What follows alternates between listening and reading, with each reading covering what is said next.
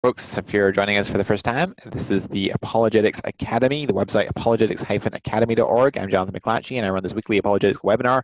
We bring on different scholars, theologians, scientists, philosophers, thinkers from across the theological and philosophical spectrum to present on topics of interest to Christians, particularly those which pertain to whether or not the gospel is true. And we also cross-examine and evaluate other worldviews such as Islam and Mormonism as well.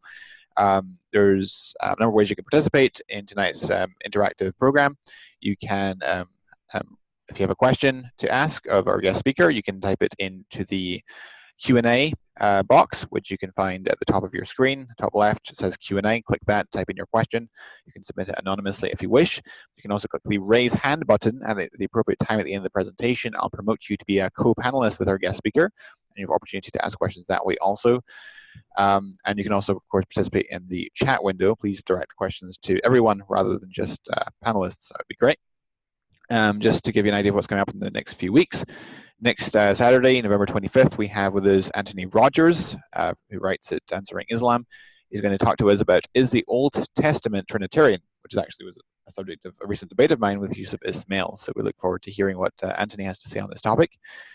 Then the following week, December 2nd, we have with us Dr. Corey Miller and Dr. Lynn Wilder, who's going to be talking to us about leaving Mormonism, why scholars changed their minds, which is going to be based on a book to which they contributed on that subject.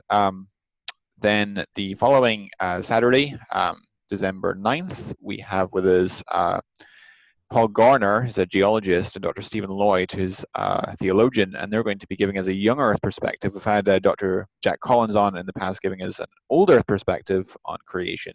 But this December 9th, we're going to have those individuals giving us a young Earth perspective. Their talk is entitled, How Old is the Earth and Does It Matter? Theological and Scientific Perspectives. So it'll be interesting to hear the contrast of their respective viewpoints in contrast to Professor Collins, who was on with us previously. So coming back to today, then, we have with us Dr. Justin Bass, and we're honored to have such a distinguished thinker, and he is currently at Georgian Evangelical Theological Seminary, and he is going to be talking to us about the subject of the dead. This topic is the treasures at Qumran, the Dead Sea Scrolls, the Bible, and Jesus. So without further ado, I'll turn over to Dr. Justin Bass. If you want to maybe just introduce yourself, Justin, for the sake of those that maybe haven't come across you before, and then just launch into the topic, that would be excellent. Jonathan, thanks so much for having me back. I think it was it 2 years ago we did the Son of Man? Something like lecture? That, yeah. It was 2 years ago, so good to be back, and thanks, so thankful for all that you do for the apologetics world and for the kingdom. And yeah, I'm Justin Bass. I'm passionate as well about apologetics, into lecturing on anything really with early Christianity, historical Jesus, New Testament, debated on certain topics with Bart Ehrman and Dan Barker and some other atheists and unbelievers, and have my PhD in New Testament studies from Dallas Theological Seminary, and I was the pastor of a church for many years, and now our family have moved to Amman, Jordan, and I'm a professor here, and we're also helping with an NGO, helping with the refugee crisis here, with the Syrian and Iraqi refugees, doing what we can. And so just good to be here, good to be on. Ahlan bil Ordin, I had to give you a little bit of Arabic. So I'm shway shway. My wife and I are learning Arabic. We have a tutor, a great tutor we're meeting with regularly, but I know about 20 words still right now. So those are a few of those 20. But welcome to this talk on the Dead Sea Scrolls, a topic I'm passionate about, I'm excited to share. As Jonathan said, treasures at Qumran, the Dead Sea Scrolls, the Bible, and Jesus.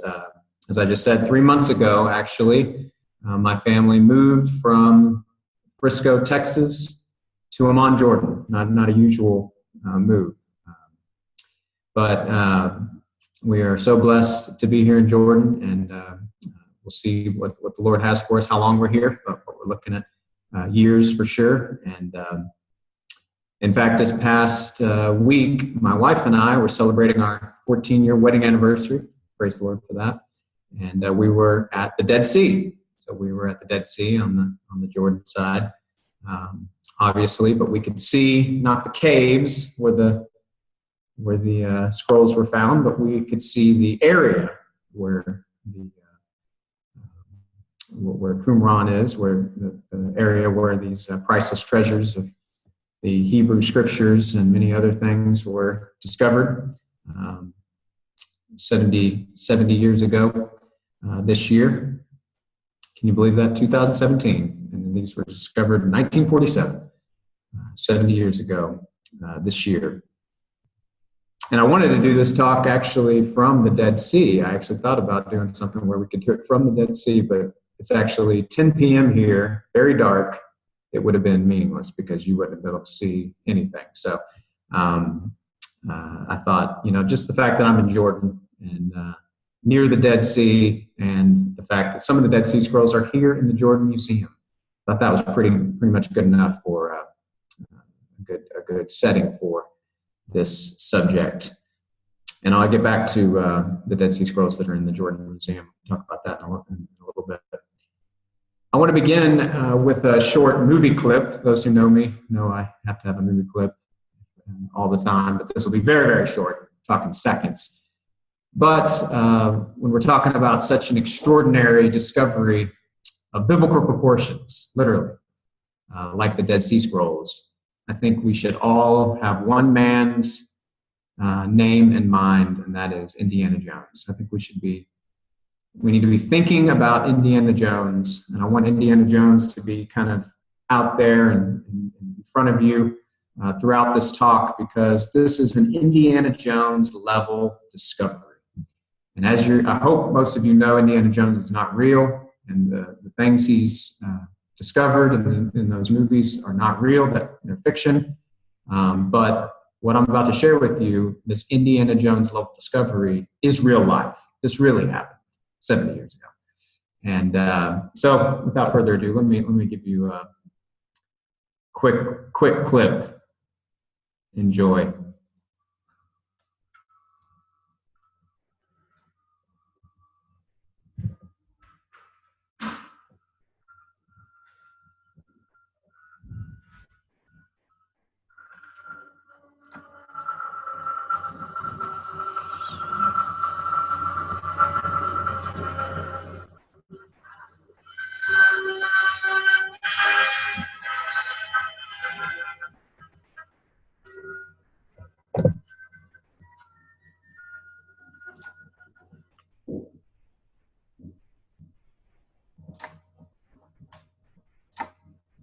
Okay, that's all I wanted to show from that. But still a great scene. Still awesome to see the Ark of the Covenant, even though that really wasn't the Ark of the Covenant.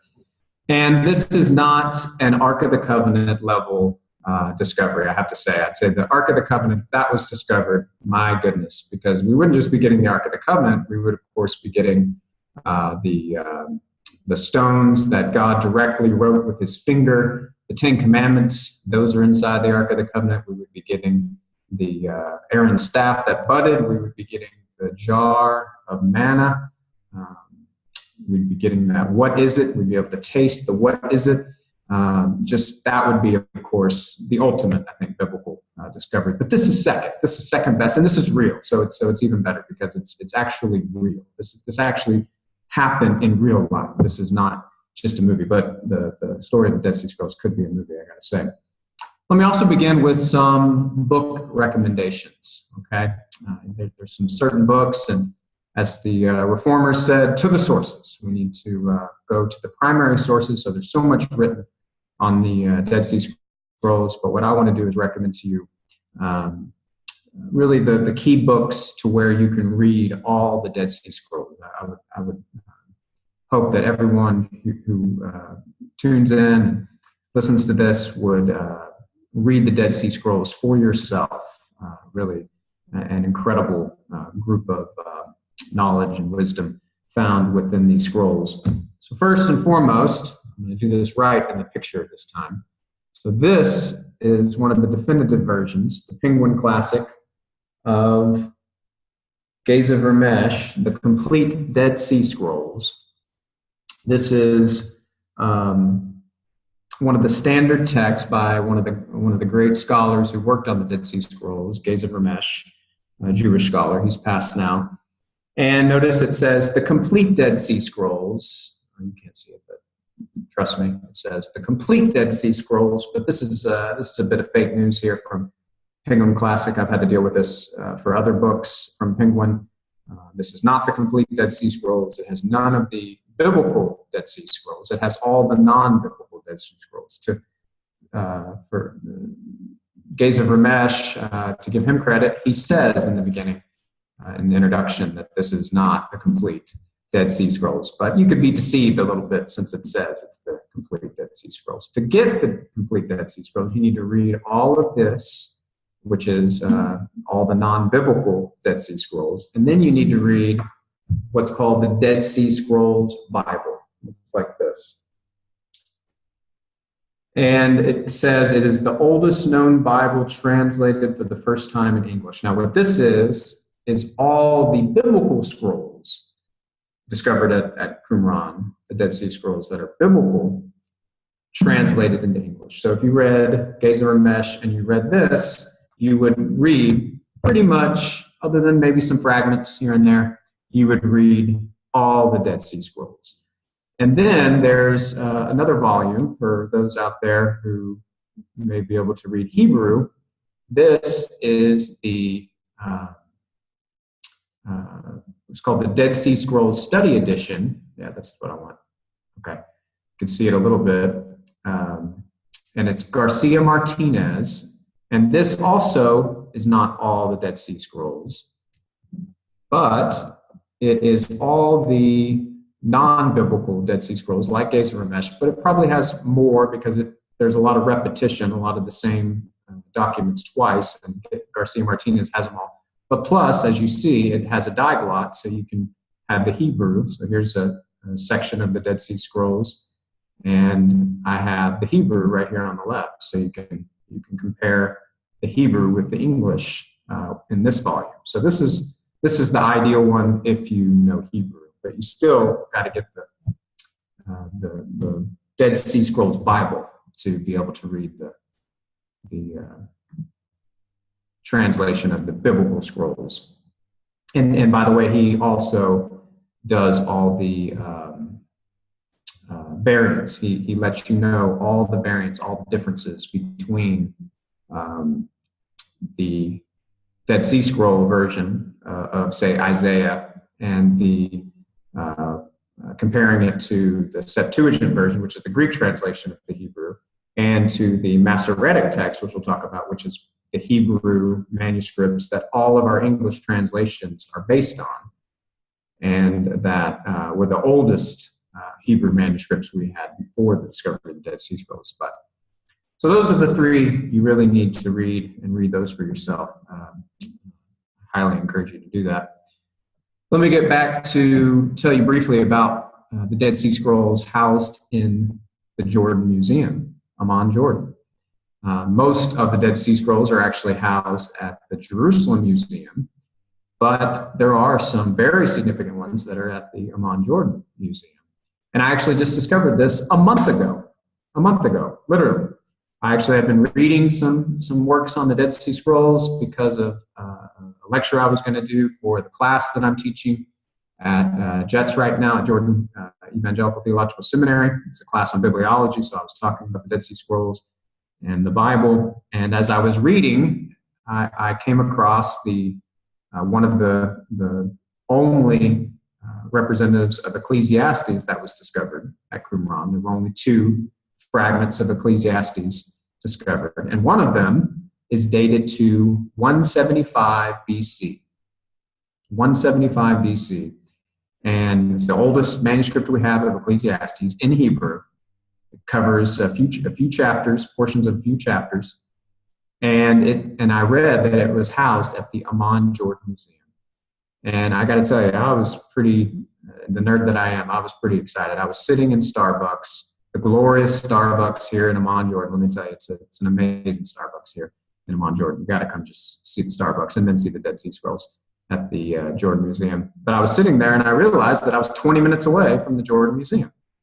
And I mean, how often when you read something, you read about some 2,000-year-old treasure, you discover that you are 20 minutes away from it, that you could drive to it.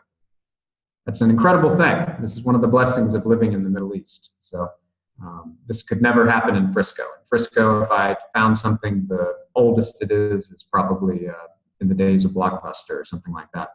But if you find something here, it could go back to the time of Jesus or even 100 years before, like the Dead Sea Scrolls. So I didn't go that very day to the Jordan Museum to see these priceless treasures, but I took my bibliology class on a field trip. I had the books written up here for you. That's okay. I think I'll send out this PowerPoint if anybody needs it.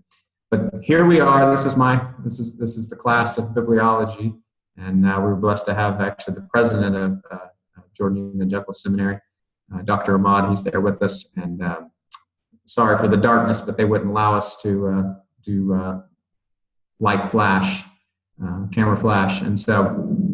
But behind, if you see me in the middle, right behind me is displayed all the fragments and the pieces of the Dead Sea Scrolls, including the book of the portions of Ecclesiastes that date to 175 BC. And there are 4 other scrolls as well. Here is the one from Ecclesiastes.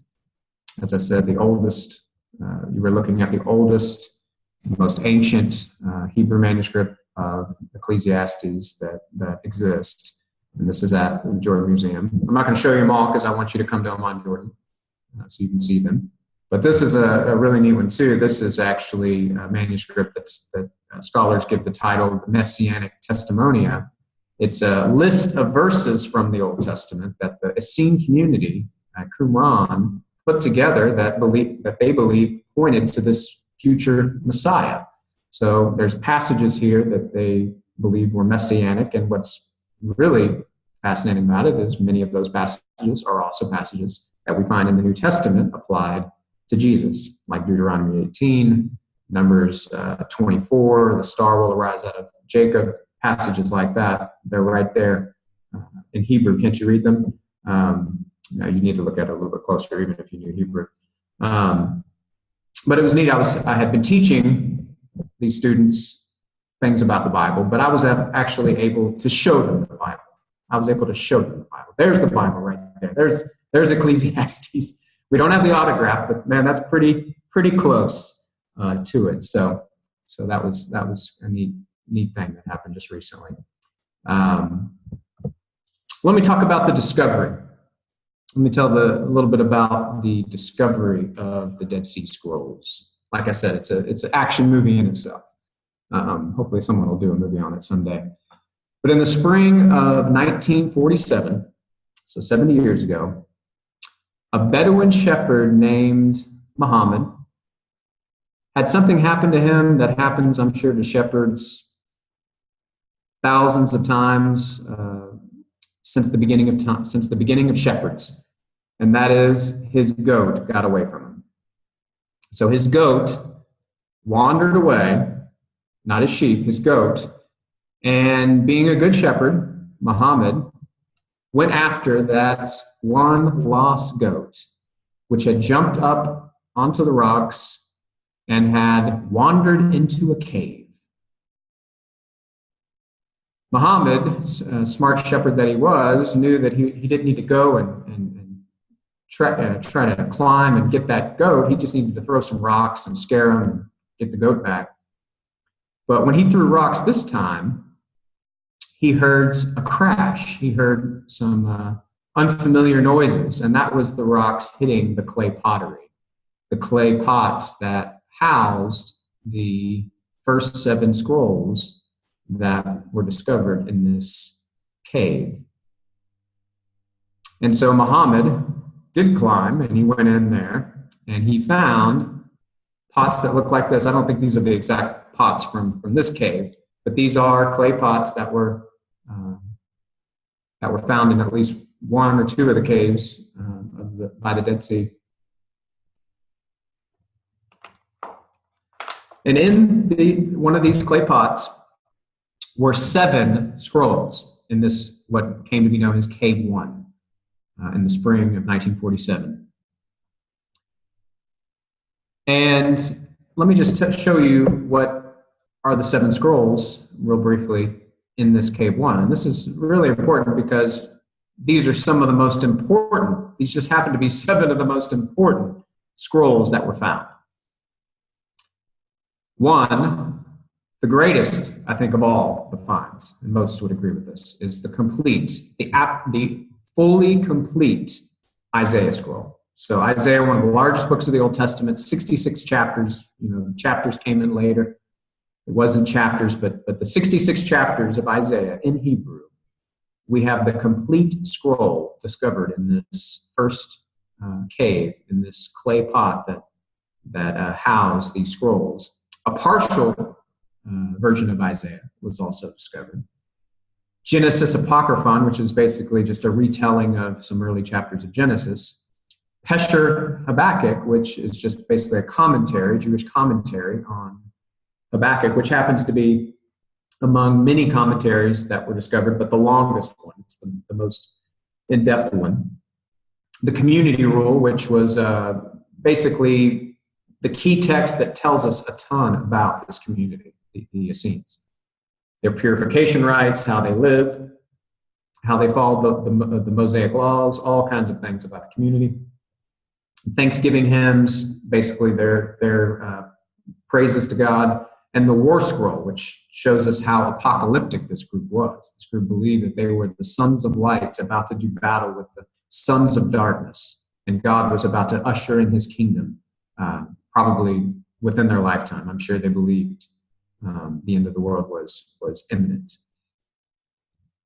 So these 7 scrolls lay some 1,900 years. This group and these caves were left undisturbed since AD 70, when the temple in Jerusalem was destroyed by the Romans.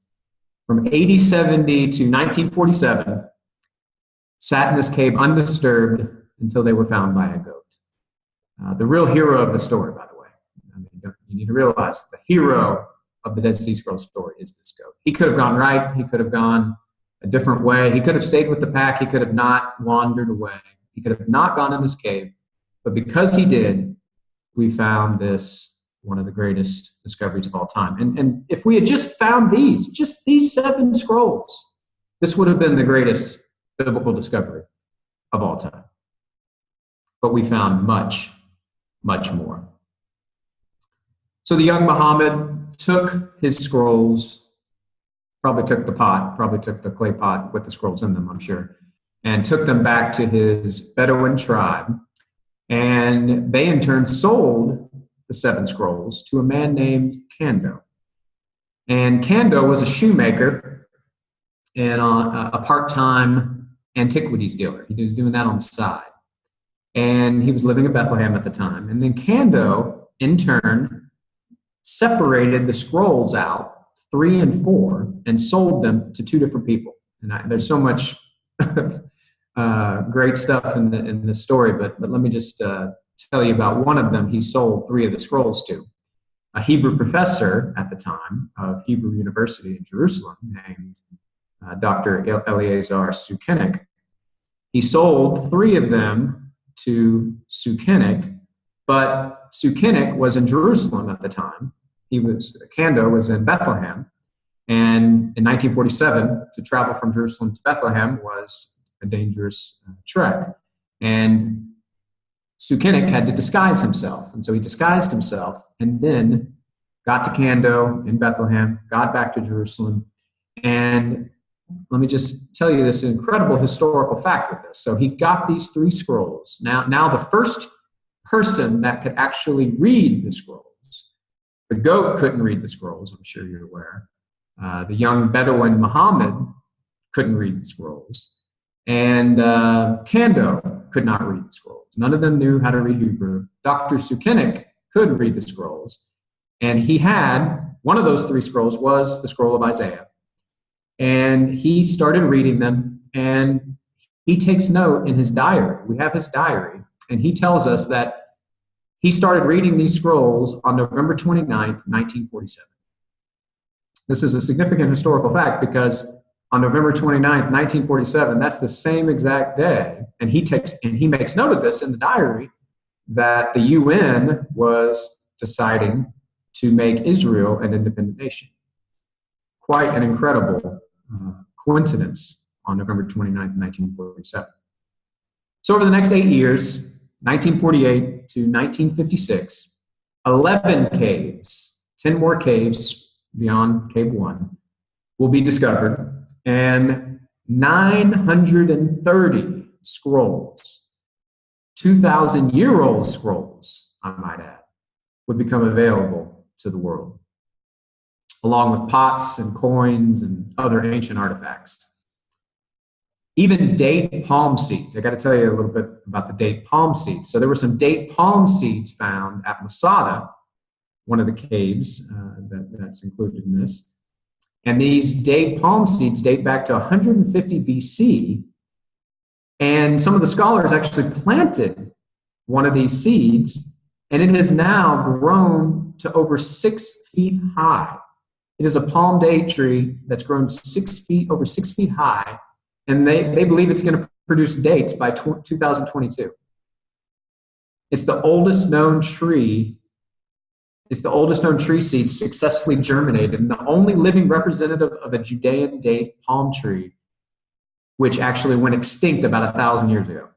Pretty amazing stuff. It's like Jurassic Park. It's a true Jurassic Park. It's not a dinosaur, but we basically brought back to life a tree that had been dead for 1,000 years. Pretty incredible thing. And somebody's going to eat those dates and maybe live forever. Doubtful, but. So let's talk about these scrolls. What were these 930 scrolls found in these 11 caves near the Dead Sea? How old are they? Who do they belong to? You know, not always do you have clear answers. In fact, most of the time you don't have straight, clear answers about things in history. But what is very cool about the history of the Dead Sea Scrolls is that I can answer those questions with almost universal scholarly consent. So scholars who study these things, who spent the last 70 years studying these things, are almost universally agreed upon when it comes to the answers to those questions. So again, what is the content of the 930 scrolls, and who did they belong to?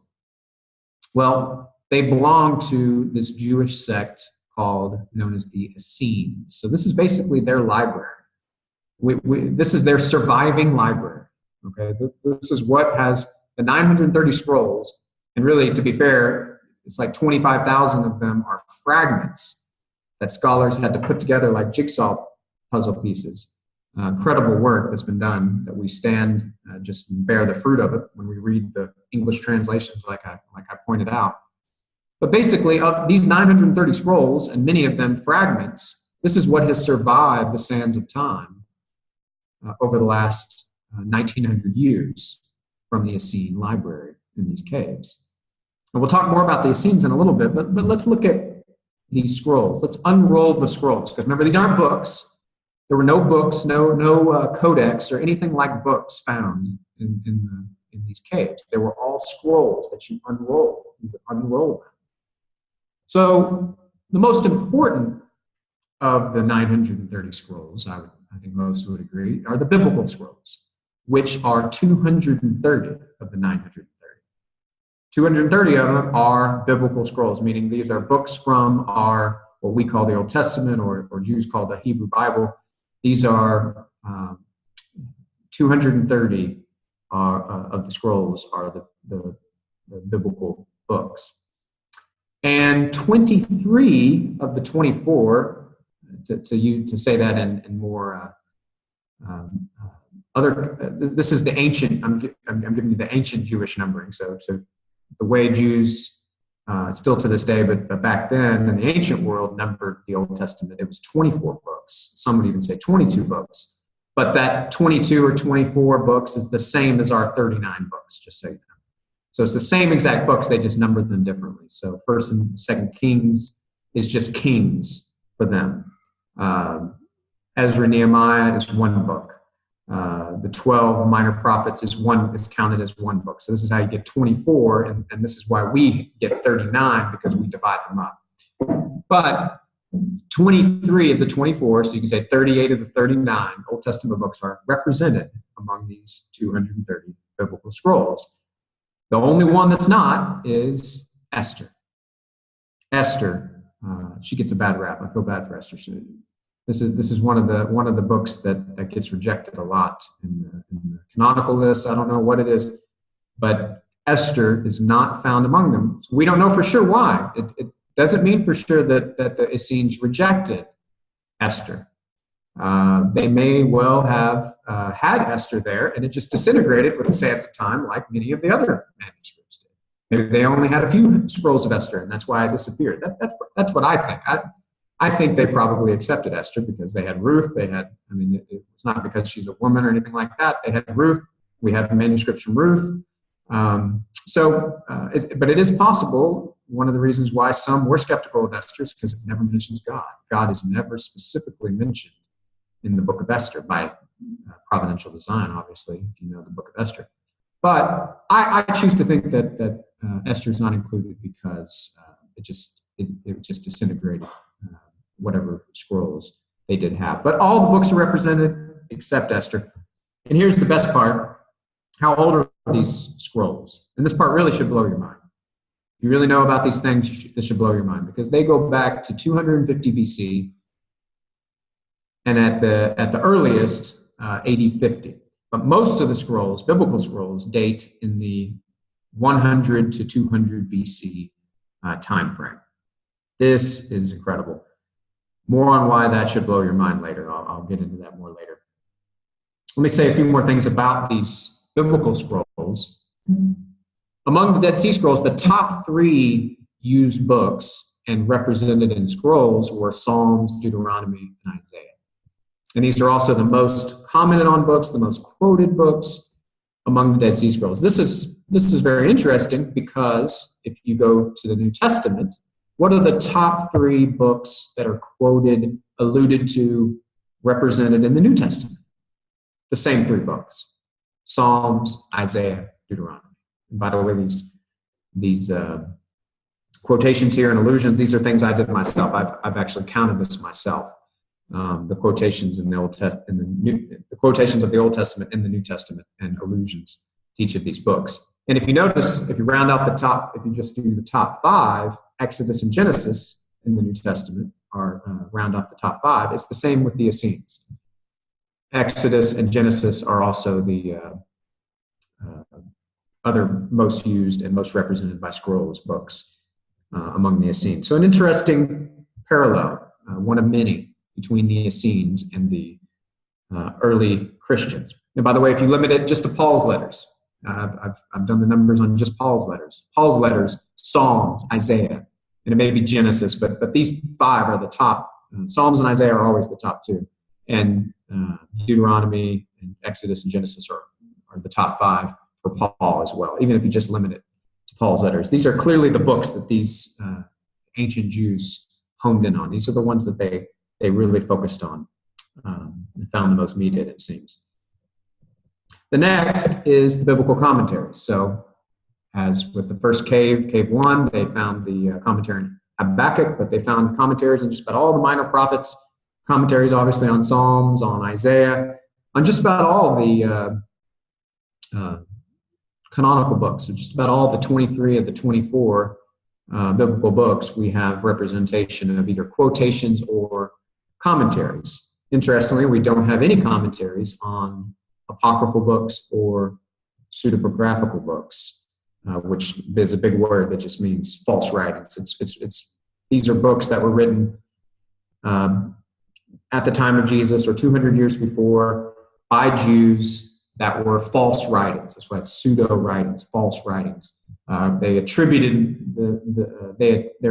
to some ancient Jewish hero like Enoch. First Enoch, for example, is a pseudepigraphical book, or the Testament of Abraham, or things like that. But they're false writings, because Abraham really didn't write that. Enoch really didn't write First Enoch, things like that.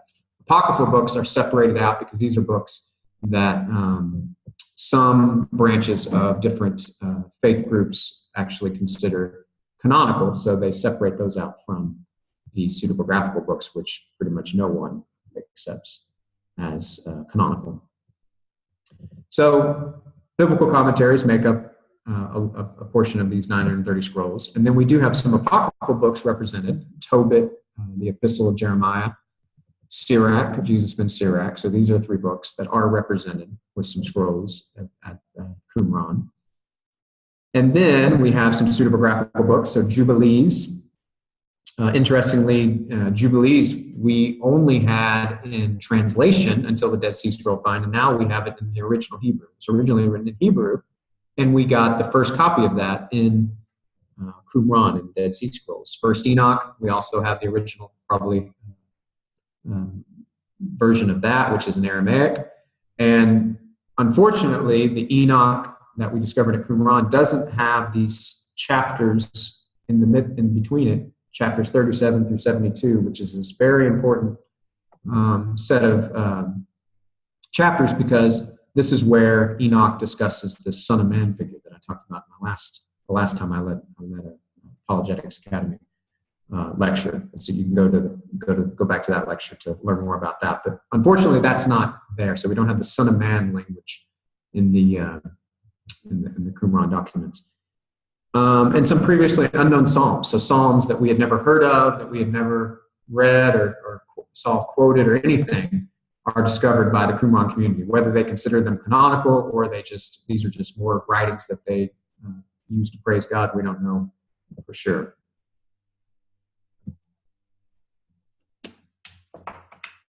And then lastly, we have the Essene community writings. So this is their actual writings that they wrote, dealing with their community, the way they lived, their daily routine, their religious rites, everything. That's the community rule, the Damascus document, the worship. The war scroll, as I said, is very apocalyptic. They believed they were the sons of light about to do battle with the sons of darkness. Sons of light also, by the way, shows up in the New Testament. Jesus and Paul both refer to followers of Jesus as sons of light. The temple scroll is interesting because the Essene community I believe that they were representing the true temple of God, not the Jerusalem temple.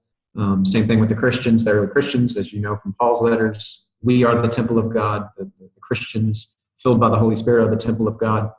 And then the copper scroll. This is just another fun one, like the palm date tree that I had to tell you about. So the copper scroll is just a treasure map. So there's actually a treasure map in the Qumran caves that gives you directions, very confusing directions, but directions nevertheless to the amount of gold and silver that would make the king of Sparta blush. If you remember the Count of Monte Cristo, remember he discovers the treasure of Sparta. Remember, he becomes just filthy rich. If you found what they claim is in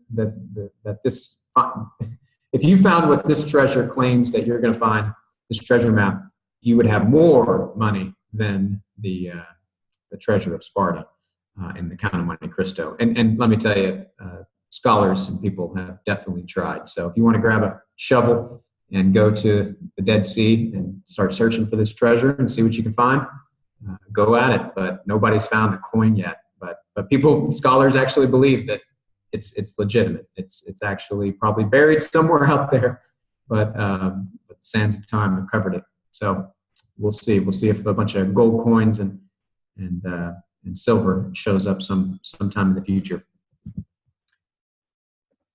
What about the Essene community themselves? Who were they? How do we know about them? Surprisingly, they're never mentioned in the New Testament. In the New Testament, you've never seen anything about the Essenes and Jesus.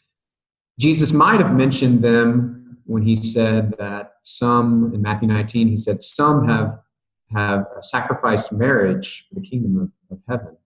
That's exactly what the Essenes did, what they were well known for, being celibate. Many of them were celibate, not all of them. But the New Testament does mention the Pharisees, the Sadducees, the Zealots, the Samaritans, many of the sects of Judaism at the time. But they don't mention the Essenes, which is interesting. But they might, like I said, in that passage and others in Paul's letters, there may be a reference to the way they lived. The Essenes are discussed only by Philo of Alexandria, Pliny the Elder, and Josephus. These are, as you see their dates, they are very relevant dates for the time of the Essenes, which would have been about 150 BC to 70 AD. So all the three of these are very good sources. And in fact, Pliny the Elder himself actually says he knew some of the Essenes. He met them by the Dead Sea, actually right near the area where our caves were discovered, and where all these scrolls were found. And these are kind of some key traits about the Essenes that they all agree on, give or take. Josephus, Philo, and Pliny the Elder. They were very strictly observing the Mosaic law, even more than the Pharisees. Paul talks about how he was strict and followed the law to the T and everything. The Essenes were even more strict. And we see that even from the community rule and from their documents. They, for example, if a donkey or any type of animal fell into a ditch or fell into the water, you don't save it on the Sabbath. You just let it die. So this was something that even the Pharisees, nobody did that. The Essenes did that. There's a ton of other examples like that. But very strict observers of the law. Baptism, another interesting parallel between the Essene community and the Christians. They're the only two communities we know of at this time in Judaism that baptized by immersion like this, like what we've come to know, like the way John the Baptist baptized. This is something the Essenes did as well at Qumran. And Jews all had purification rites, and they all used water and different things. But baptism by immersion, this was unique to the Essenes and to the early Christians.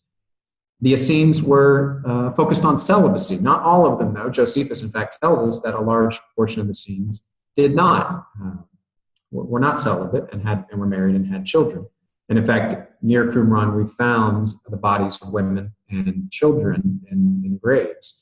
Mostly the bodies we found there are men, but there have been some women and children. So there might have been more of a mix. But celibacy was definitely something they were known for. And then, as I said, Pliny the Elder specifically met this group, probably the same group who owned this library of 930 scrolls, plus all the ones that disappeared through time and disintegration. Pliny the Elder actually talks about them in his writing in Natural History, and he actually interacted with this very group that we have their scrolls. And Josephus makes this comment about them. This is just one comment he says. He says, they also, talking about the Essenes, they take great pains in studying the writings of the ancients. We have that also in Philo. A lot of emphasis on the fact that they would study the law and they were reading their books, they would study. And what's so neat is we have in our possession, as I said, with these 930 scrolls, we have in our possession those writings they so vigorously studied. Truly incredible. And skipping ahead, let me just, I had a lot prepared to tell you the history of the Essenes, but my lecture ended up taking a lot longer than I had planned. So I cut all that out, but you can read about them, a lot about them in Geza Ramesh's volume, his 90-page introduction, which is excellent, on the history of all this and the Essenes. But if you skip ahead to the 60s, the late 60s AD, you have the war between mainly the Jewish zealots, but a lot of the Jews at the time, with the Romans. And this Jewish war, which Josephus, as many of you know, documented and was an eyewitness at, he was present. Present not on the Jewish side, he was on the Roman side. They didn't like that, as you can imagine. He tells one story where one of the Jewish people threw a rock and hit him in the head and knocked him out. And he was incapacitated for a while because he was a traitor. But this Jewish war with the Romans resulted basically in the massacre. The Romans obviously won, and the temple in Jerusalem was razed to the ground, just like when the Babylonians did. And the Zealots were massacred, clearly. You know the story of Masada and how many of them hid out there and were massacred there, and many committed suicide. But the Essene community and the Sadducees, you know about the Sadducees from the New Testament, all these communities of the Jews basically got wiped out after AD 70. The only group that really survived were the Pharisees, and they're basically the prelude to Rabbinic Judaism, which is what continued on in the 2nd and 3rd century and on. And good evidence, by the way, that the Essenes did not survive the Jewish war is the fact that none of them went back to get their precious scrolls. I mean, you can imagine if any of the Essenes had survived, you'd think they would have went back to their caves. I mean, maybe some of them couldn't. Maybe they got arrested and were in prison. They didn't get slaughtered. But still, the point is the Essenes had to have been, we know that they're pretty much wiped out because they didn't go back to get their scrolls. Those scrolls and everything that was in those caves, and presumably this treasure from the treasure map, from the copper scroll, they remained there for 2,000 years until that goat came in there. That goat wandered into Cave 1. So the life and death of the Essenes, like I said, I didn't get into all the details on this, but scholars basically place the beginning of the Essenes around 150 BC during this significant time in ancient Judaism called the Hasmonean dynasty. That's probably when the Essenes arose and broke off and started their communities. And one of them probably started near the Dead Sea. So 150 BC to 70 AD when they were wiped out by the Romans. 75 AD to be more exact.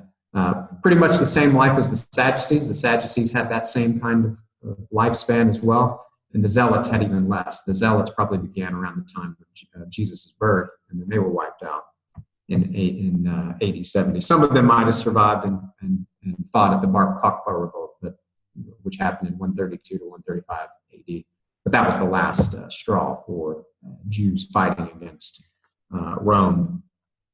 And this is very interesting when you think about how the Essenes got wiped out like this, and you compare them with the early Christians, because there are so many parallels to the early Christians and the Essenes. The Essenes got completely annihilated by the Roman Empire, completely dead after AD 70 pretty much. And the other community, this group of Nazarenes, this group of Christians, they went on to conquer the Roman Empire and really conquer the world, the largest religion in the world today.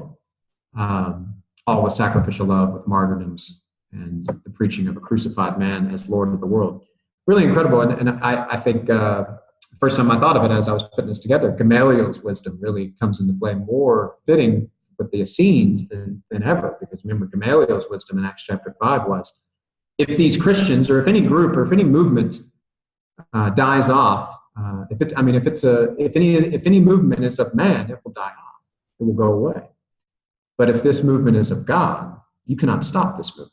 You will find yourselves fighting against God. And if you look at history, I think we see exactly those two play out with the Essenes on the former and the Christians on the latter. So let me get back to trying to fulfill my promise on blowing your minds when it comes to the Dead Sea Scrolls and what it did for biblical studies. At least it blows my mind every time I think about it. It's really incredible. But first you have to know the state of manuscripts and versions of the Old Testament that we had previous to 1947. The most ancient Hebrew manuscript in existence before 1947 was what's called the Nash Papyrus, which only had the Ten Commandments and part of the Shema. Hear, O Israel, the Lord our God, the Lord is one. That's all we had as far as Hebrew manuscripts going back to, and that went back to 125 BC.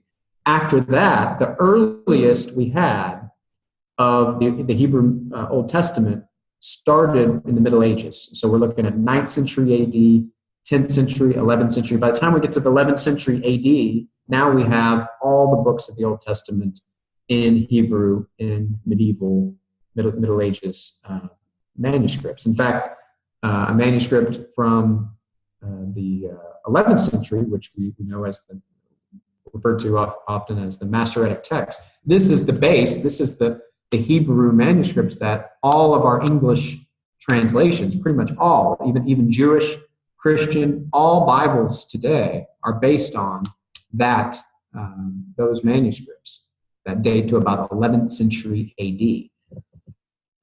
So that means that overnight, that goat from the spring of 1947 took us from the 11th century AD in Hebrew manuscripts to 250 BC in Hebrew manuscripts and 230 Hebrew manuscript, all books of the Bible except for Esther. 1,200 years span.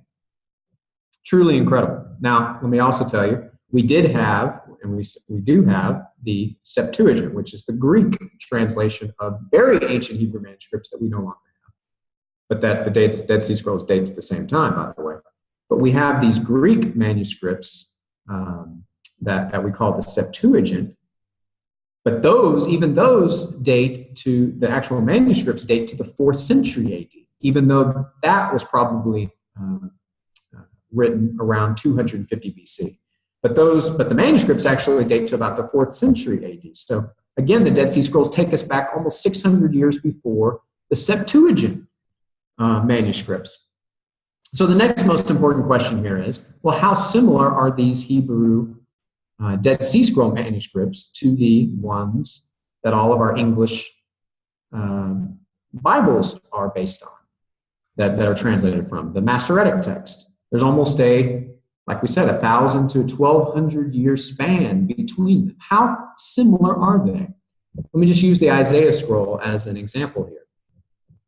As I said, the earliest we had before 1947 was the Masoretic text, dating around 1,000 to 1,100. All of our modern translations are based on this text right here. Discovery in 1947, Dead Sea Scrolls takes us back, not just with Isaiah, but just about all the books, to around 100 to 150 BC. And when, like for example with Isaiah, when you compare Isaiah to the Masoretic text, you find that it's pretty much 99% the same text. So there are variants, there are different spelling, there are grammatical issues, there are different things. There are definitely differences. It's not identical. But by all even more liberal scholars' standpoint, it's pretty accurate. It's an incredible thing that for almost 1,200 years we see that these Jewish scribes accurately transmitted Isaiah to the Masoretic text, which is, again, all of our English translations are based on that. Truly incredible thing. And like I said, that's not just Isaiah. That is just about all, and especially the Pentateuch. I mean, the Pentateuch, they found the books of Moses. The transcription of the books of Moses is the most accurate of them all, even when it comes to even the variants. So truly a mind-blowing and incredible thing of what the Dead Sea Scrolls did for us when it comes to biblical Hebrew manuscripts and showing the accurate transmission of them. Let me say a few words about the canon in Qumran. So it also shed new light on the canon. What books of the Old Testament are inspired? Which books did the Jews believe were from God? And we have, I have here the three examples where you have this threefold division of the Old Testament. This is one of the apocryphal books, Jesus ben Sirach, and this is the prologue, which dates to 132 BC. And notice he discusses the threefold division, the law, the prophets, and the other books of our ancestors. Jesus said something very similar when he said that everything must be fulfilled that is written about me in the law of Moses, the prophets, and the Psalms. And then we find in one of the Dead Sea Scroll manuscripts, the book of Moses and the books of the prophets and in David, something very similar to Jesus. So the Qumran community, similar to the early Christians, similar to Josephus, similar to a lot of the people that we have writings from that discuss the canonical books, they had this threefold division, clearly the books of Moses, clearly the prophets, and then the writings or the Ketuvim, the other books that make up what they considered the canonical books. Josephus, by the way, is the most specific here and gives us the 22, which are the same as our 39 Old Testament books as the Jewish canonical books. And that's really been consistent throughout history with the Hebrew canon. The Dead Sea Scroll, the Essene community, it's possible that they accepted books beyond the canonical books. But what we do know for sure is they accepted the canonical books, except for Esther. Esther, we don't know for sure. But bare minimum, they accepted the 23 books because they pretty much quote or say as it is written and speak of them in authoritative ways. The bare minimum, the canonical books, the 23 of the 24 canonical books, it's possible that they accepted other books like First Enoch, maybe some of those unknown Psalms. They might have had more books that they thought were from God than others. We just don't know about those books because they never quote them as authoritative like they do with the canonical books. So the best thing that we have from them is just that they for sure accepted the very common Jewish canon that was pretty prevalent in the day that is very specific from Josephus. Let me tell you some interesting readings as I head towards the end. I got about 15 minutes left, but there are some very fascinating things that the Dead Sea Scrolls also did when it comes to the variants, because just like in the New Testament, we have a lot of passages, a lot of manuscripts where we have two different readings, and scholars have to make a decision which is the actual original reading of this text. What did Matthew or John or Paul originally write here? Same thing in the Old Testament. Well, the Dead Sea Scrolls, I think, have answered a lot of those questions definitively for us.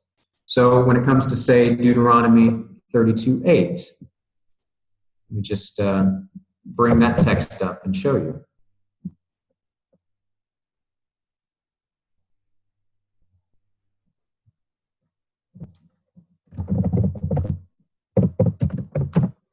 So, and basically all our English translations, we have, this is pretty much all the modern English translation Bibles, this is what you find. When the Most High, when God gave the nations their inheritance, when he separated the sons of man, he set the boundaries of the peoples according to the number of the sons of Israel. And it's the sons of Israel here that's the interesting text, because in the Hebrew there, in the Masoretic text, the one that dates, remember, to the 11th century AD, it has B'nai Israel, which is the sons of Israel. Now, the Septuagint, the Greek there, what does it have? In Deuteronomy 32:8, the Greek has angels of God, according to the number of not the sons of Israel, but the angels of God. Now, up until the Dead Sea Scroll discovery, we had no ancient manuscripts. We know the Septuagint translators were working off of Hebrew manuscripts that dated to sometime before the 250 BC. They were working on manuscripts that ancient, but we don't have those. The Dead Sea Scrolls get discovered. Now we have manuscripts that date to just about that same time. And what does Deuteronomy 32:8 say in the Dead Sea Scrolls? It says, B'nai Elohim, which is in English, the sons of God, which now we see that the Septuagint translators were correct in what they were translating, because if their Hebrew manuscript said B'nai Elohim, sons of God, angels of God is a pretty accurate translation of that, because sons of God in the Old Testament generally means, just about in every instance, except I think in one passage in Hosea, it means angels. It means the angelic realm. So the original reading here in Deuteronomy 32:8 is according to the number of the sons of God, which would be the angels of God it's referring to here, not the sons of Israel. The sons of Israel didn't even exist at the time when this is referring back to what happened in Genesis 10. So an interesting confirmation of the Septuagint that the Dead Sea Scrolls did for us here. Another really interesting one, especially for early Christianity, is Psalm 22:16. So this is a very common psalm applied to Jesus on the cross, because it begins with, my God, why have you forsaken me?" What Jesus said from the cross, and it's also quoted many times in the New Testament. But this particular passage, they pierced my hands and my feet, is not directly quoted in the New Testament. And the English translators here do the opposite of what they did with Deuteronomy 32a. So in Deuteronomy 32a, they sided with the Masoretic text, sons of Israel, and went against the Septuagint, which was angels of God. Here, Psalm 22:16, they do the opposite. Here they side with the Septuagint because it's the Septuagint here that says they pierced my hands and feet. The Masoretic text, the Hebrew text, says, like a lion, my hands and feet. The Hebrew word just needs to be pointed differently. It's very similar, Hebrew word there. For they pierced or like a lion, okay? So, which is the correct reading? Did the English translators in modern Bibles get it right by saying they pierced my hands and feet, siding with the Septuagint against the Hebrew in the Masoretic text? Well, the Dead Sea Scrolls were then discovered in 1947. Psalm 22:16 is in the Dead Sea Scrolls. What does it say? Drum roll, please. It says they pierced my hands and my feet. So the Dead Sea Scrolls confirms the Septuagint translation and also confirms the early Christians who used this text pretty regularly to say that this was a prophecy of Jesus' crucifixion. A very interesting passage speaking about the piercing of hands and feet, especially if David wrote this back in the 10th century BC when crucifixion did not even exist. So another interesting reading. There's tons of these, but I'm just going to give you a few. Another one is what's known as the resurrection fragment. So this is a piece, not very big, only about 10 lines, found among the Dead Sea Scrolls. And what's so interesting about this one is it parallels incredibly something Jesus says in response to John the Baptist in Matthew 11 and in Luke 7. It's a cue saying of Jesus, something that's in Matthew and Luke. It's not in Mark. And by the way, this is something that scholars, even more liberal scholars, agree Jesus said. This is one of those sayings that just about everybody agrees the historical Jesus said this. And this is what the resurrection fragment from, it's just called the resurrection fragment, but it's 4Q 521. For the first number always means what cave it was in. So this is cave 4. The Q means Qumran. And then this is the 521st manuscript to come out of that particular cave. So if you ever see these numbers, that's your little how-to on that. But it says, for he will honor the pious upon the throne of an eternal kingdom, freeing prisoners, giving sight to the blind, straightening out the twisted. It's talking about God, obviously. And forever shall I cling to those who hope, and in his mercy, and the fruit of, you're missing things, remember, because it's fragmentary, not be delayed. And the Lord will perform marvelous acts such as have not existed, just as he said, for he will heal the badly wounded and will make the dead live. This is why it's called the resurrection. He will proclaim good news to the poor, and he will lead the captives free and enrich the hungry. Now, this is very interesting because look what Jesus says when he responds to John the Baptist's question, are you the expected one, or shall we look for someone else?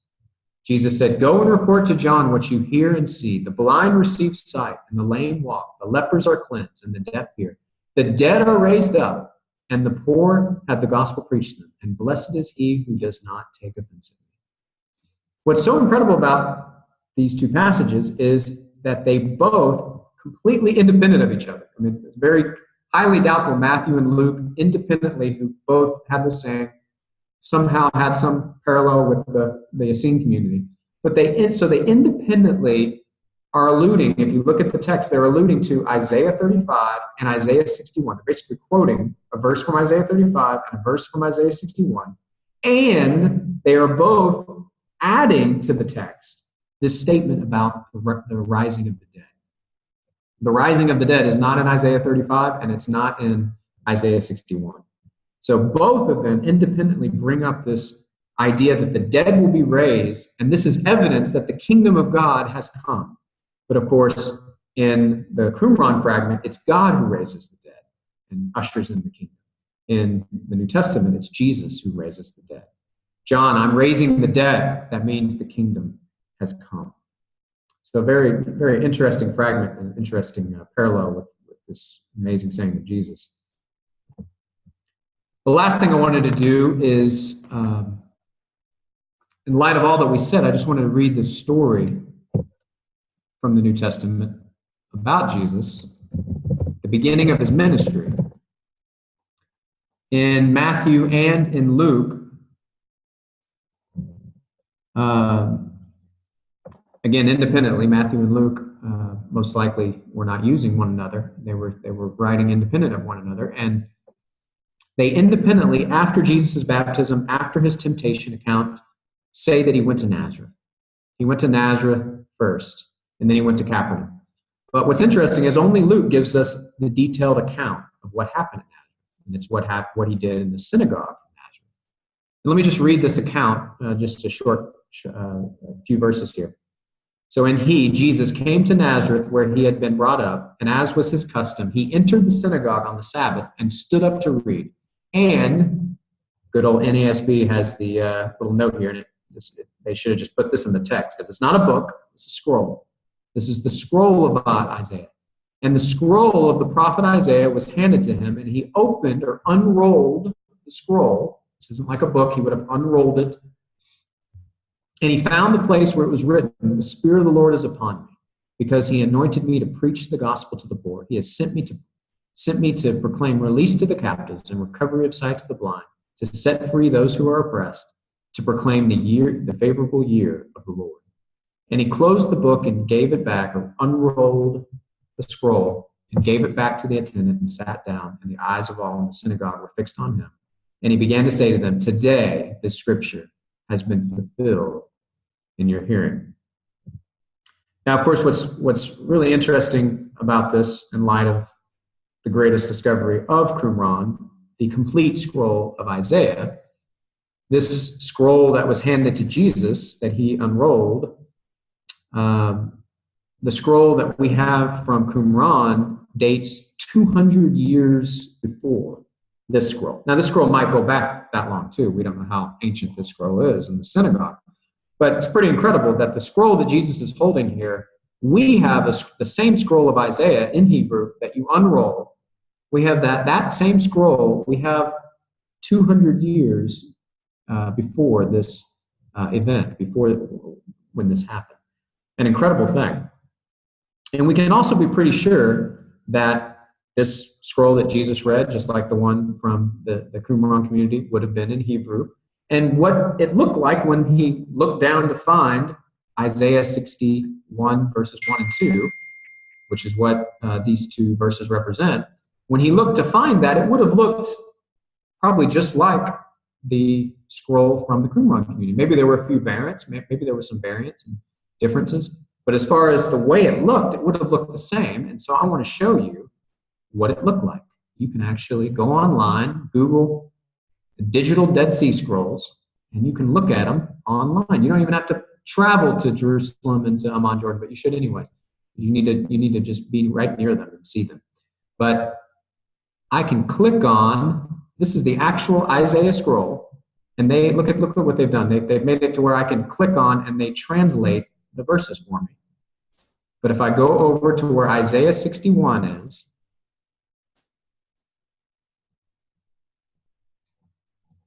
it's right here. Stop moving. So here's Isaiah 61. Look, the Spirit of the Lord is upon me, because the Lord has anointed me. He has sent me to bring good news to the oppressed. And then here's that verse, to proclaim the year of the Lord's favor. Now what's really neat is we can zoom in. Remember this scroll? This is 125, 150 BC. We can zoom in. Look how close we can get. This is something you couldn't even do behind the pane glass. So I know you can't read Hebrew, but I just want you to look at what Jesus would have looked at, because this is what he would have looked at. This right here is to proclaim. This is year. This is favorable or well-pleasing. So to proclaim the year, the favorable year. And this is the holy name of God. So this isn't Lord, this is Yahweh. This is the tetragrammaton right here. Then to proclaim the favorable year of the Lord. And notice these three words right here. These three words, notice Jesus would have seen them. They're right here, right after what he just said. But Jesus he rolled the scroll back. Remember, he stopped and he gave it to his attendant. And what did he say? He said, "This that you have heard in your hearing, this scripture has been fulfilled." That's what he said. To proclaim the year of the Lord's favor. This is what has been fulfilled. But this says, Yom Nakam Eloheinu, which is the day of vengeance of our God. So, to proclaim the year of the Lord's favor and the day of vengeance of our God. But Jesus didn't read that, did he? He didn't read that because that had not been fulfilled yet. So the first part, to proclaim the year of the Lord's favor, that's what Jesus read. And that's what had been fulfilled in his ministry, and is still being fulfilled. Today is the day of salvation. Now is the time of the Lord's favor. But one day, and the day of vengeance of our God will come. And that scripture will then be fulfilled. An incredible thing that we can look at the exact text that Jesus looked at, the way he saw it. I think the greatest thing about these scrolls and reading them is that Jesus Christ is found within them, because he's found within the law, the prophets, and the Psalms and the writings. He's found within the Hebrew, Hebraicus Veritas, the truth in the Hebrew. Jesus is the truth in the Hebrew. And he is that me, when you just think about this text, he is the me. The Spirit of the Lord is upon me, because he anointed me. He has sent me. He is the me in Isaiah 61:1.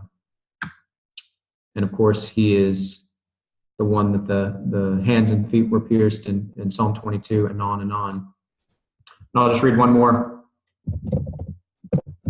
text in John 5:39. I thought was appropriate. Jesus said, "You search the scriptures because you think that in them you have eternal life. It is these that testify about me, and you are unwilling to come to me so that you may have life." And then he says, "For if you believed Moses, you would believe me, for he wrote about me." And so did David, and so did Isaiah, and so did Micah, and so did Daniel, and all the prophets, which God has graciously preserved for us after thousands and thousands of years by sending that goat. Remember, he's the hero of the story. Don't forget the goat. So study and read and treasure these treasures from Qumran, but know that they all point to him, within whom is all the treasures of wisdom and knowledge. Thank you very much. That's what I had to share.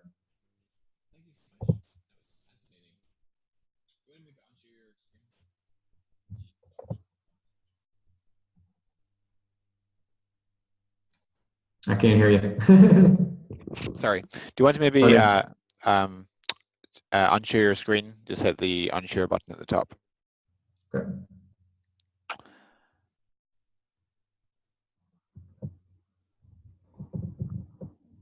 See it? Oh, stop sharing. Yeah. Well, thank you. That was a very fascinating presentation, and I learned a bunch of stuff, so very grateful. Folks, this is the interactive portion of the program. If you would like to talk to Dr. Bess, then click the raise hand button at the top of your screen. I'll be happy to promote you to panelist. Or if you'd like to submit a question in textual form, just click the Q&A button at the top of your screen, type in a question, click enter. We have a few questions submitted. I wanted to ask you the first about your view on 7Q5, which I know O'Callaghan has argued is a fragment from the Gospel of Mark. What's your view on that? Yeah, from what I've read on 7Q5 is that there was a Roman Catholic priest that tried to argue that this was a fragment of the Gospel of Mark, which of course would be incredible. This would be probably almost as good as the full Isaiah scroll to have any of the Gospels predating 70 and have those manuscripts. But unfortunately, the fragment is so small that I think it only has kai, which is the Greek word for and. And so I don't think that from and you could get the Gospel of Mark or any text, this is one of the most common, words used in the New Testament. So, okay, I thought most scholars reject that. Yeah, I'm aware most scholars reject it. I thought from memory that it has Kneseret on it. From what I have to check again, but from what I've read, it was the only thing that could truly be made out was Chi. That's what I was told. Okay. That's fair enough. Because I did look at that. There were so many things I couldn't include in this lecture because I only had short time. Yeah. Also, there was a recent news report of a new cave on the Dead Sea being discovered, but I think further research discovered that it had been looted, unfortunately. Anything that was there is there no longer. Right. You heard about that, right? Yeah, there's a new Dead Sea Scrolls cave discovered, which could have been very exciting news, but was a bit of an anticlimax. And I think we will find more. I think more will be discovered. They did find in 2007, they found what they call the Dead Sea Stone, with it's like the vision of Gabriel, is the way they refer to it. And it has some interesting passages about something about coming to life after 3 days. So some interesting things there. But yeah. Ray asks, I hear, actually this is a little bit off topic, but he's asking about authorship of the Gospels. And he's saying people who hear the authorship of the Gospels, what's the situation with other historical writings? For example, My Complete Works of Tacitus doesn't have Tacitus signing his books either at the beginning or the end. How do we know Tacitus wrote Tacitus? Okay, what was the question though? He was asking how we know Tacitus wrote Tacitus. Oh, how we know Tacitus wrote Tacitus? Yeah. I have to go back. Yeah. I don't. Yeah.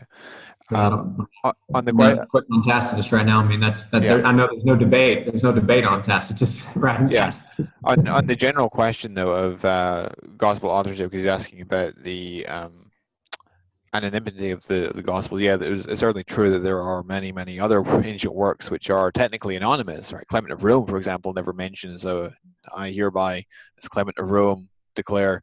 Nonetheless, we know that Clement of Rome wrote the Epistle to the Corinthian Church. At least there's good reason to think that he did, because Irenaeus tells us that Clement of Rome wrote a certain letter to the church in Corinth, and he describes some of the contents, and it resembles very closely that of First Clement.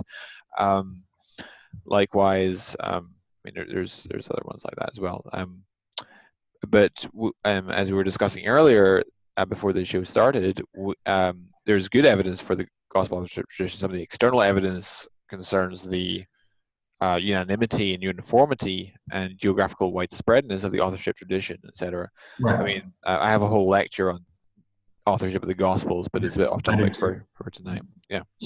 Yeah. No, I believe that the authors of the Gospels, according to church tradition, are accurate. Yeah. I would do some things with Matthew, but I do think that Matthew's ultimately behind it. But. Yeah. I mean, there's strong external evidence, and there's even stronger internal evidence, in my opinion. Yeah, there's both. Yeah. Arkan asks, was John the Baptist an Essene? Is that why Jesus sent him that specific statement about the healings and the raising of the dead as evidence of him being the Messiah? No, that's an excellent question. Yeah, and some scholars have argued this. So what's very interesting is John the Baptist was celibate. John the Baptist baptized. And John the Baptist was right there in the Jordan River in the Judean wilderness. He would have been very near. I mean, we're talking walking distance. He would have been pretty close to the Essene community. Did he know any of the Essene community? I mean, it's hard to believe that he didn't. Do I think he was an Essene? I don't think so. I think John the Baptist, all our evidence of John the Baptist is that he's doing something different than the Essenes, because he's pointing to this one particular man, the man Jesus, as the Messiah. Now, the Essenes were looking for the Messiah, but they were looking for multiple Messiahs, a Messiah of Aaron, a more priestly Messiah, and a Messiah of David, so a kingly Messiah. And they didn't think that these Messiahs would be God or anything like that. They just believed that they would be men that were supernaturally empowered by God to accomplish his purposes. So I do think that John the Baptist probably had some connection in some way, but I don't think he himself was an Essene at all. just because if we believe what the Gospels tell us about him, he went a completely different way than the Essenes. So with Jesus. An anonymous attendee asks, can you give us any further information on the Dead Sea Scrolls spelling of Psalm 22:16, please? Spelling? Yeah. Well, it's the word that we translate as pierced. Basically, it literally means to dig in, to dug, but it's a way of referring to I can't remember off the top of my head other parallels, but Yeah. piercing. Piercing is the Greek word that they use. They use the real strong word that means pierce, literally pierce, in the Greek Septuagint. So they probably had the exact same word that's in the Dead Sea Scrolls in their what they call Vorlog, the Hebrew manuscripts that they had that we don't have anymore. But the ones that they had in 250 BC, that if the story is correct, they took from Jerusalem. That word there is the same word that was in the Dead Sea Scrolls, which is a word that fully appropriate to translate it, pierced. What is that Hebrew word, Justin? Yes. Okay. It's like, sorry.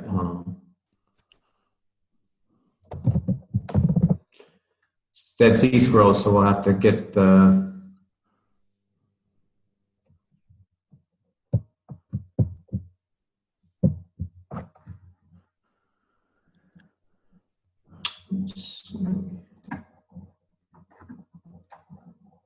You can go to the next question. You want to? Okay, sure. I need to get the. Sure. Arkan asks, how did the Essene read Isaiah 53? What's their commentary? Is it a prophecy of a coming Messiah? That's a great question. Hold on just a second. Psalms. See, because it's in the Dead Sea Scrolls, I can't just look it up right away. I have to find the Hebrew of the Dead Sea Scrolls. They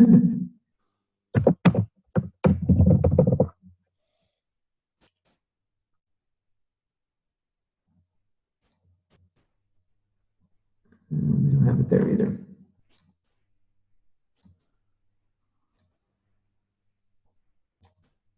Yeah, I'll have to get back to you on that. No problem. All right. So on Isaiah 53. It'd take me a while to find that exact manuscript from the Psalms I have it on Logos, the Hebrew of the biblical manuscript. Sure. But yeah, on Isaiah 53, there is a fascinating thing in Isaiah 53 when it comes to those variants. We don't have any commentary on Isaiah 53 from the Qumran community. So we don't have anything that speaks specifically about the Messiah. But what we do have that's very interesting is in 53, I think it's verse 11, it talks about how he will, after it talks about him being crushed by the Lord and things, it says he will see light. And this is what it says in the Septuagint. It says he will see light. So in the Greek translation, again, it says he will, after the suffering of his soul, he will see light. That's what it is.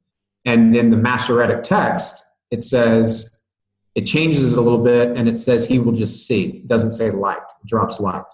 But the Dead Sea Scrolls, again, come in for the rescue, and the Dead Sea Scrolls of Isaiah 53, the Hebrew has, he will see light. So it's a small thing, but a big thing, because that's such a rich passage that the early Christian Jews, and we know that other Jews believed was messianic. So we know from the Targums of Isaiah, they were reading Isaiah 53 not as a suffering Messiah, but as a Messiah who would cause the Gentiles to suffer. So they switch it around, but they still see it referring to the Messiah. Right. Andrew Murphy asks, please can you tell us the names of the books about the scrolls again? Oh, yes. It's the Complete Dead Sea Scrolls, translated by Geza Vermesh, Gezavermes, and that's the Penguin Classic. And then the other one is the Dead Sea Scrolls Bible, and it's translated and with commentary by Martin Abegg, Abegg, and then Peter Flint, Flint, and then Eugene Ulrich, Ulrich. And the other one was Garcia Martinez, the Dead Sea Scrolls Study Bible, but that's the one that's Hebrew, that has the Hebrew on one side and the English on the other. King's Servant asks, is there anything more you can tell us about Essene baptism? Let's see, with baptism. I've been there to the Qumran community, and they actually have, you can still go walk into the area where they would baptize. But they seem to be baptizing like John the Baptist baptized, by immersion. They would go under the water. I can't remember off the top of my head if someone administered the baptism or if they did it themselves, because there is some evidence that some might have done it themselves. But yeah, they were unique in that other than the early Christians, none of the Jews baptized like this. So this idea of baptism, the Essenes did it, and John the Baptist and the early Christians started doing it. And of course, the early Christians continued on. The Essenes got wiped out, so baptism continued with the Christians. But they did see it. They saw it as a cleansing. So they saw it as a way of repentance and forgiving of sins. So very similar. Their idea of baptism was a very similar concept. Ron Woodruff asks, so is the remainder of the Isaiah quote not in Jesus quote because it had not yet been fulfilled? Yeah, that's right. I think he's talking about Isaiah 61. Yeah, it's possible. Yeah, because of I think that text probably is more dealing with that's why resurrection fragment is probably not the best title for it, because I think it's more dealing just with the fact that Jesus is raising the dead, that this is a miracle that's happening, not resurrection, but people are just coming back to life, because it also references the eyes of the blind being opened, people being healed, physical healing. So these were things that it seems that not just we see in the New Testament, but also from the Essene community and others that believe that when the kingdom of God came, these kinds of things should be happening. Healings, the blind seeing, the deaf hearing, the dead being raised. That's what's amazing, is that they both reference the dead being raised, even though that's not in Isaiah. I wanted to ask you also, you mentioned that the Dead Sea Scrolls turn out the entire Isaiah scroll, right? You've got the entirety of Isaiah preserved for us in the Dead Sea Scrolls. And there may be a few parts that are damaged. Right. I mean, it's like 98% there. What would you say to the argument that you're cherry picking here? Because if you look at, say, Jeremiah, it's about a third shorter. Yeah, and that's true. So when it comes to the books, when we look at, like I showed in that chart, take the books from the Dead Sea Scrolls and look at how they got copied and copied and copied all the way to the Masoretic text. How close are they? Like I said, vast majority of the books, just about all of them, are intact like Isaiah. First Samuel, the books of Samuel, really, which is just one book. The Jews, Samuel is Samuel. First and Second Samuel is just Samuel. And then Jeremiah, we see different rearrangement of chapters.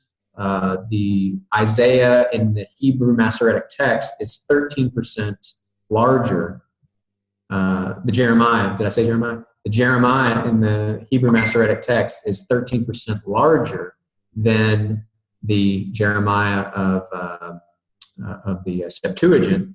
And we see with the Dead Sea Scroll, Jeremiah, it's probably more in line with the Hebrew manuscript that was behind the Septuagint translation as well. So what we have with Jeremiah is similar to the New Testament manuscripts. They grew not 13%, but the New Testament manuscripts, I think Dan Wallace, my professor, he always says it's around 2 or 3 or 4%. I think they grew over from 2nd century to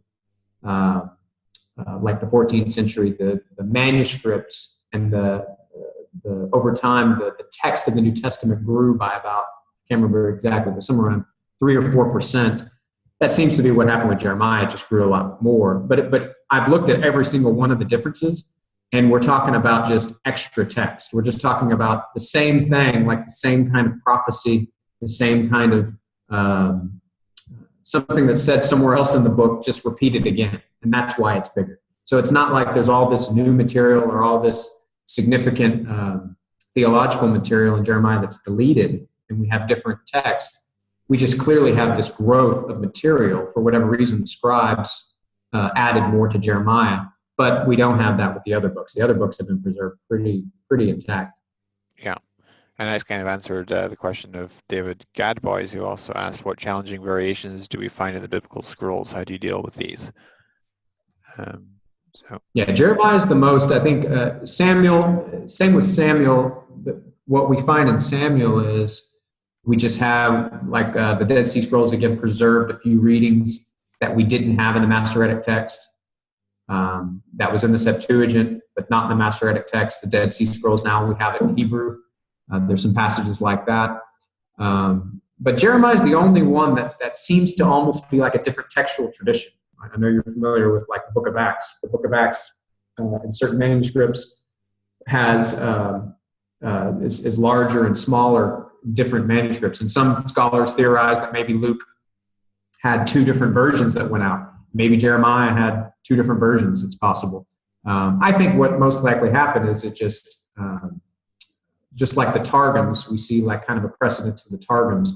You know, hundreds of years later, the text started to be used for maybe specific purposes, and paraphrases started to be added in and different things. But even with Jeremiah, even though we have those Jeremiah those examples of Jeremiah that are very different than the Masoretic text, we also have manuscripts of Jeremiah that show that they're in line with the Masoretic text. So I lean towards more maybe the rearrangement and the large additions and the large changes, better say, is more like a Targum type paraphrase that's being used like a modern version, almost like the Message, like it's like the Message version of Jeremiah or something like that. Mm-hmm. But Jeremiah is one to wrestle with and to find exactly what's going on. But like I said, when it comes to the heart of the book of Jeremiah, it's there. It's just we have a lot of excess. So that's why it's similar to the New Testament. We have the New Testament within all the 5,000, 6,000 Greek manuscripts, but there is some excess. There's some excess that the scribes have added. Arkan asks, so do you think that the Masoretic transmission purposefully changed the Psalm 22 they have pierced and Isaiah 53 light? Yeah, I think now that we're getting more and more evidence, I do think the Masoretes, I think the Jewish Masoretes, who no doubt were heavily feeling the Christian dominance in the world, I think that they were they messed with some of those texts that were specifically being used in a messianic way. And it's not just those. There's another one in Daniel 9 that seems to be the way that the Masoretes, the way it's written in the Masoretic text is written in a way where it kind of makes sure that the Messiah figure in Daniel 9 could not be anyone beyond the Maccabean era. So I do see with Isaiah 53, with Psalm 22, and there's probably others that I just didn't remember when I was hearing Another example, possibly Psalm 110, where in verse 1 it says, Yahweh says to Adoni, Adoni, of course, being the possessive form of Adon, meaning my master or my Lord, to be distinguished from Adonai, which only ever denotes Yahweh. Except what's interesting about Psalm 110 is that in verse 5, the one seated at Yahweh's right hand is Adonai. It says, Adonai is at your right hand, right? Even in the Masoretic, with the Masoretic vowel pointing, it's Adonai rather than Adoni, which suggests that maybe verse 1 originally was Adonai, but because of the Christian utilization of this text, it was changed to Adoni. Right. Yeah, that could be another example. I need to go back and see if Psalm 110, I can't remember if that's represented in the Dead Sea Scrolls. That'd be a good one to check and see if it's Adonai. Well, before the Masoretics, of course, there was no distinction between Adonai and Adoni. So I think, from memory, Psalm 110 is in the Dead Sea Scrolls, but you cannot distinguish between Adoni and Adonai prior to the Masoretics in terms of the way it's written. Although the Masoretics kind of captured... You're saying because of the pointing? Yeah, exactly. They kind of captured what was already part of their traditions and stuff. But you're right. And I'm pretty sure Psalm 110 is represented. Yeah. You can argue on other grounds independent of that distinction for the deity of the individual in Psalm 110 in any case. No, I think, like you said, the fact that Adonai is used later and it's clearly the same individual. Mm-hmm. Yep, and I mean, Anthony Buzzard, I had him on my webinar, and he tried to argue that, because I made that point, and he tried to argue that it's actually just a reversal of verse 1, because just as in Psalm 109, Yahweh's at the right hand of the needy one, in Psalm 16, Yahweh's at the right hand of the psalmist, and so he argues that just as David's Lord is at the right hand of Yahweh in verse 1, so Yahweh's at the right hand of David's Lord in verse 5. My response to that is to show that if you keep reading and you get as far as, say, verse 7, I mean, all the reference of the he's are back to verse 5. And so Adonai in verse 7 is identified as one who drinks from a brook, which is a human prerogative. So this individual in Psalm 110 is both human and divine. So the Adonai verse 5 must be understood to be also human.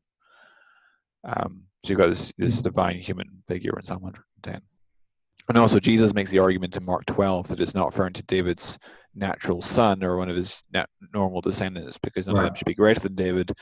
And Hebrews 1 makes the argument that it can't be referring to any angelic being, because none of them, because they're just ministering spirits sent to serve for the sake of those who inherit salvation. And Psalm 89 makes it clear that it can't be talking about any ruler of the earth, because they are all made subject to David, right? It says, I'll make David my firstborn among the kings of the earth in Psalm 89. So who then is left? Well, God, right? So anonymous attendee asks, Robert Gagnon has made the point that there are some scrolls that argued against polygamy based on the same text Jesus used in Matthew 19, citing Genesis 1:27 and some other text. Are you familiar with this and know which scroll it comes from? Yeah, I can get that. I can actually get that real quick for you, because I just looked at that. Pretty sure that's from the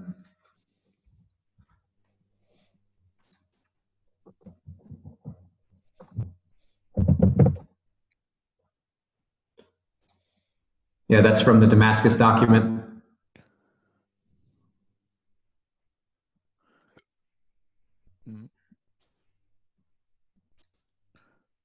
Yeah, he in the Damascus document, he argues from Genesis 1:27 and Genesis 7:9 when they went in 2 by 2, talking about the animals, and then also Deuteronomy 17:17 that they should not multiply wives among themselves. And all three of those texts are arguing for monogamy and against polygamy. That's a Damascus document, which is usually in the acronym CD in all caps, and it's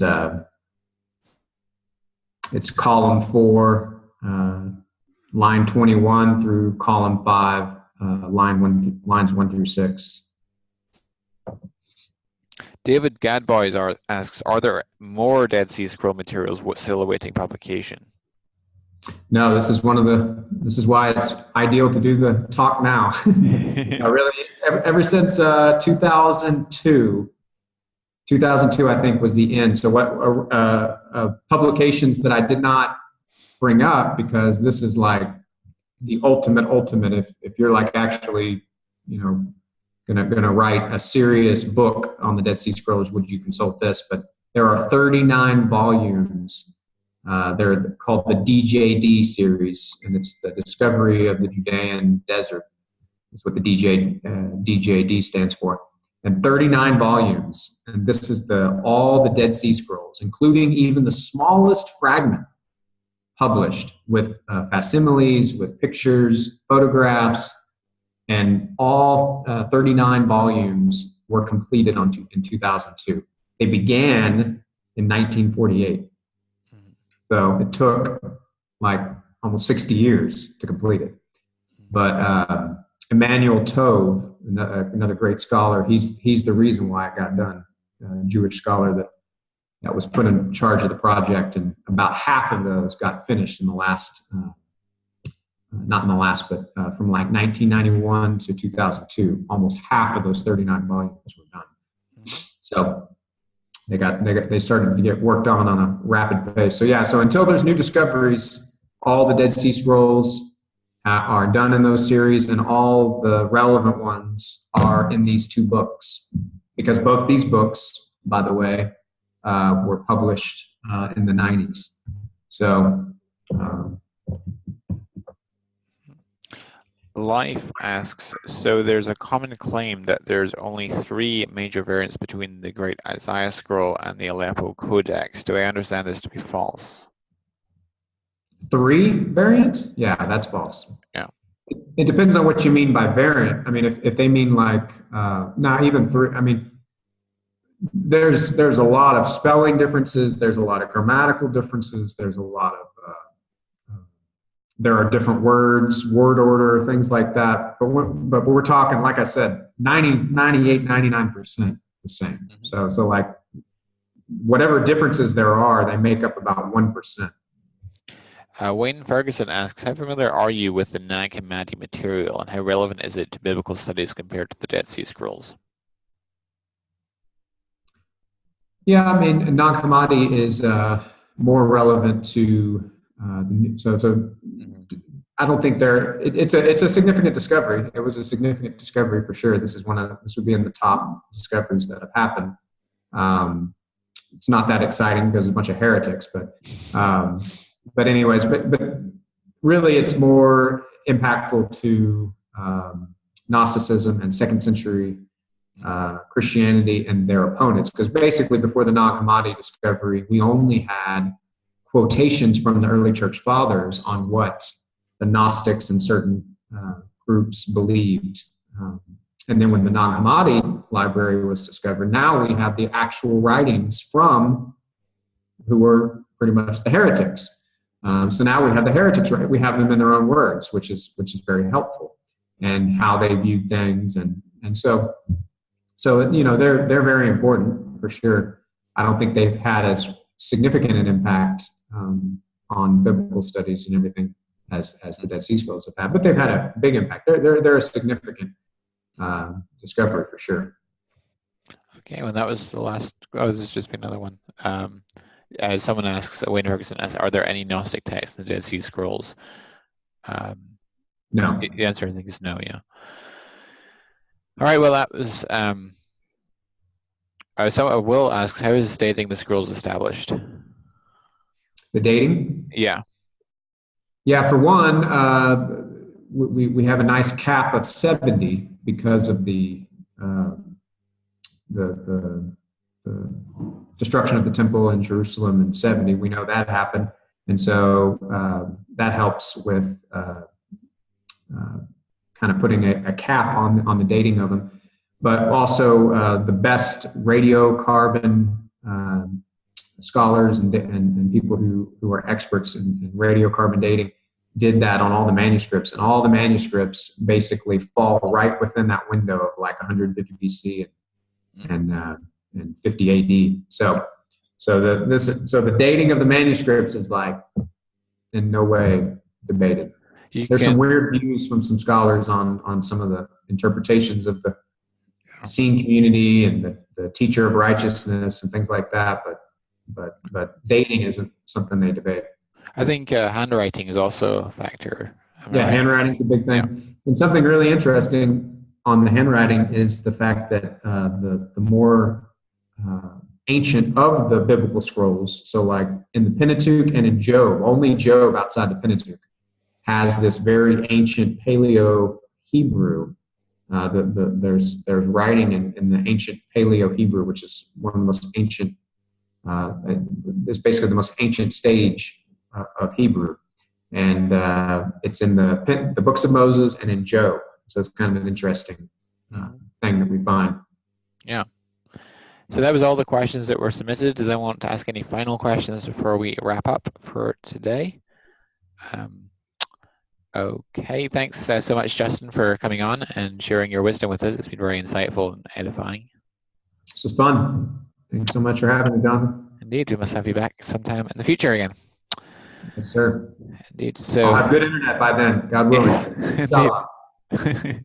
Yep. All right, well, thanks so much for coming on again, and I'll see everyone else next week. All right, good evening.